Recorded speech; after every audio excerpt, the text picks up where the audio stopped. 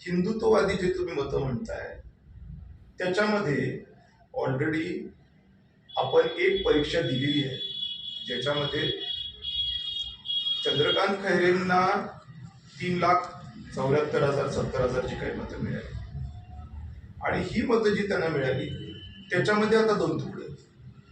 पण पुन्हा सांगतो की हर्षवर्धन जाधवांच्या 283 मध्ये 2 तुकडे नाहीयेत. जर गणित मांडलं तर इम्तियाज जलील 1.5 लाख, चंद्रकांत खैरे 1.5 लाख आणि हर्षवर्धन जाधव 283 असं मांडायला तुम्हाला नैसर्गिक वाटायला काही हरकत नाही. आता मला असं वाटतं की या लोकसभा मतदारसंघामध्ये 2 लाख मताच्या वर जो माणूस मतदान घेईल तो निवडून येईल आणि मला इम्तियाज जलीलांची ती स्थिती दिसत नाही. म्हणूनच इम्तियाज जलील अनेक ठिकाणी मंदिरात जात आहेत, गुरुद्वाऱ्यात जात आहेत, भीक मागितल्या आणि गोष्टी चाललेल्या आहेत त्या किळसवान आहेत. आणि मुस्लिम समाजाकडूनही आम्हाला माहिती मिळाली की हे प्रकार आवडत नाहीयेत त्यांना. जे काही मुस्लिम समाजाचे ही लोक आहेत ते म्हणतात अरे लांबून चालन चाललंय, लांबून चालण्याची भूमिका त्यांनाही पडत नाही. त्यामुळे बऱ्यापैकी मुस्लिम समाजही इम्तियाज जलीलांपासून दुरावलाय असं म्हटलं तर हरकत नाही.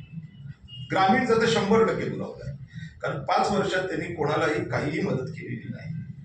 कुठेही ते उभे राहिलेले नाही. ज्याला प्रसंग आला, कन्नडमध्ये एक टोल नाका आहे, हत्तूर टोल नाका, तो अवैध म्हणून त्यांचे कार्यकर्ते आले, आवाज केला, नंतर काय झालं भगवान परमात्म्याला माहिती.